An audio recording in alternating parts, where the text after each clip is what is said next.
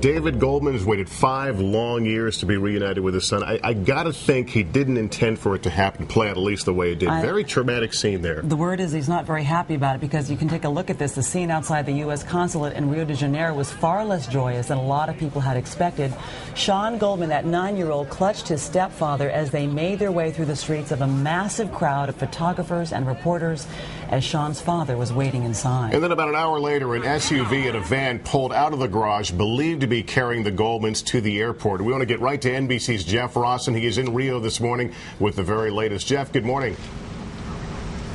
Lester, good morning to you. As you mentioned, it is official. Father and son, David Goldman and his 9-year-old son, Sean Goldman, reunited inside the U.S. consulate just before, actually, 6 a.m. Eastern time today. And as you mentioned, there was a mob scene outside. The Brazilian family that's been holding Sean was threatening this for a couple of days, that if they had to do a handover, they were basically going to parade him through the streets to send a message to the world about what the Brazilian courts are doing in their minds, ripping Sean away from a family that loves him, a boy who wants to stay in this country. According to that family, Sean, we're told, was in tears at one point, clutching onto his stepfather. He was frightened and overwhelmed. There were dozens, as you can see, of cameras that were following him along into the consulate. Sean's maternal grandmother, his Brazilian grandmother, said on her way in, "This is a very difficult moment."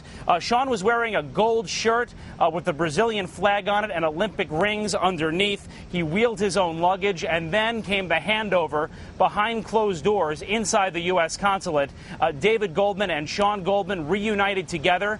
We are told from sources inside that they were then moved, David Goldman and his son, into a private room inside of the consulate to talk to each other and to begin this building process of what will be, no doubt, Lester, a huge adjustment for a boy who has now spent more than half his life in Brazil with his family. Now he will live in New Jersey with his father, David Goldman. Brazil's Supreme Court decided just 2 days ago that this should be the case, that his only living parent, David Goldman, should have full custody, and they should live inside of the U.S. We're told David Goldman this morning was in a good mood. He was upbeat, but more than anything else, grateful for all of the help he has gotten. And he's gotten help from President Obama, Secretary of State Hillary Clinton along the way, along with congressmen and senators as well. But once again, father and son, David and Sean Goldman, together again, and we'll head back to the U.S. today from Rio to the U.S.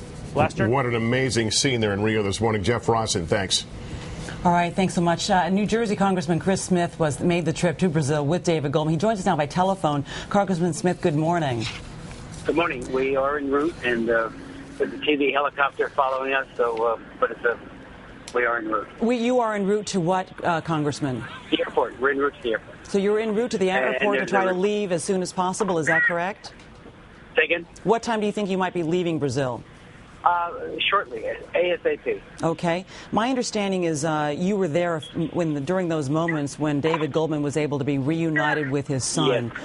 After the chaos, the scene outside. Can you describe that moment inside the consulate? Yeah, first, the chaos was very contrived. It was very cruel theater, without a doubt. And, David was very upset to see the way the Brazilian family, the so-called the abductors, were offered the option of bringing Sean in either to the basement or right at the door, and they paraded him in front of the cameras, which only caused him to get very upset.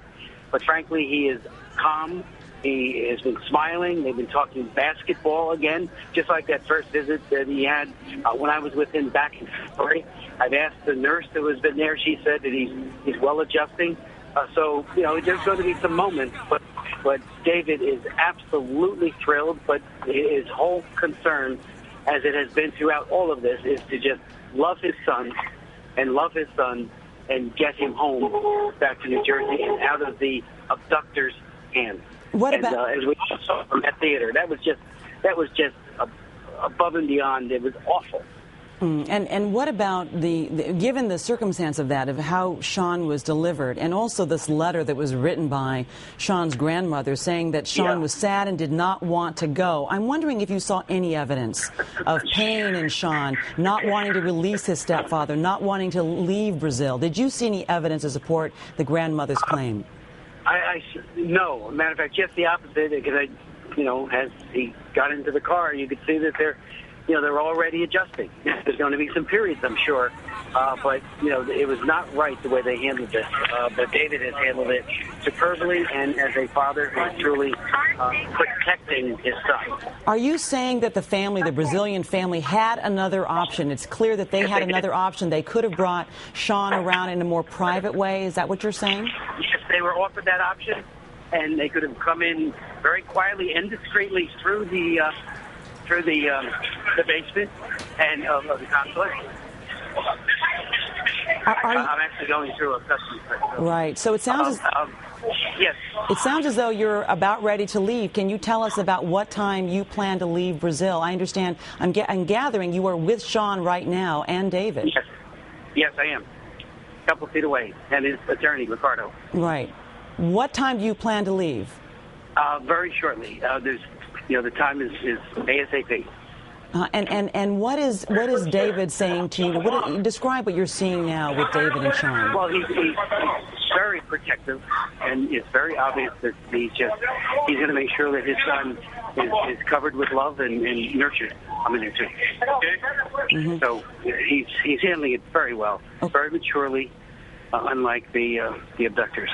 I'm going to have you stand by for just a second, Chris, because I want to bring in Patricia Appy, who's an attorney on this case. Patricia, I'm curious to know is it clear now? There's been a report that Sean's family, a Brazilian family, will not fight this anymore legally. That there's nothing more that they plan to do. Can you first of all confirm this? With regard to the litigation that they have done in Brazil, that's correct. Okay, but since they are still Sean's family, do they still have visitation rights under the agreement? There are no visitation rights that are currently set forth in any court order that has been entered in the United States. And, of course, there is a final custody order that was entered a number of years ago, and that remains in full force and effect.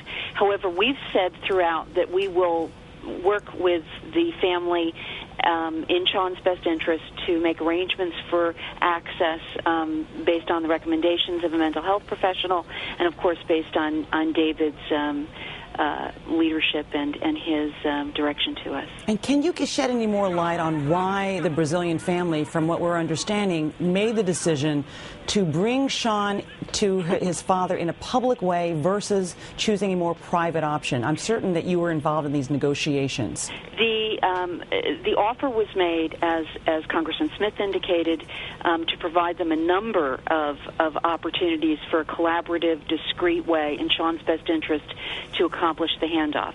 What you saw is a perfect microcosm of the way that they've handled this throughout. This has never been about Sean. It's been about having a very public and very situation in which they are looking for a way to make this about them.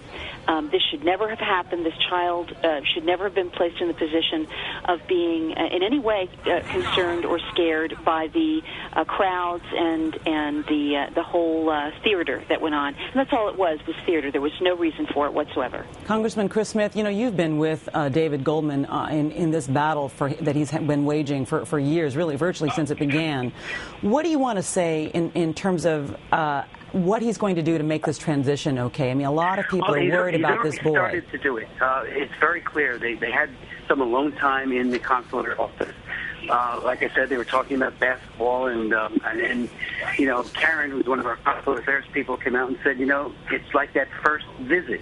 Well, that first visit, she and I were with David when he met with Sean last February after 4.5 years of denial by this abducting family, and I was amazed then just how the bond was strong, the love was strong, and there will be a transition period, especially after that walk to the consular's office, which was absolutely unnecessary. And Tostis, the attorney, shouted at me, and he said, "You are a liar."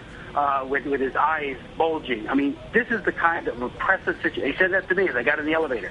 This is the kind of oppressive situation that Sean has lived under, and David has labored against this with brilliant attorneys, Patricia and Ricardo down here, who have used, they masterfully have pressed his case, but the greatest advocate of all has been David Goldman himself and the love of a father for his son. All right, Congressman Chris Smith and also Patricia Abbey, thank you so much, both of you.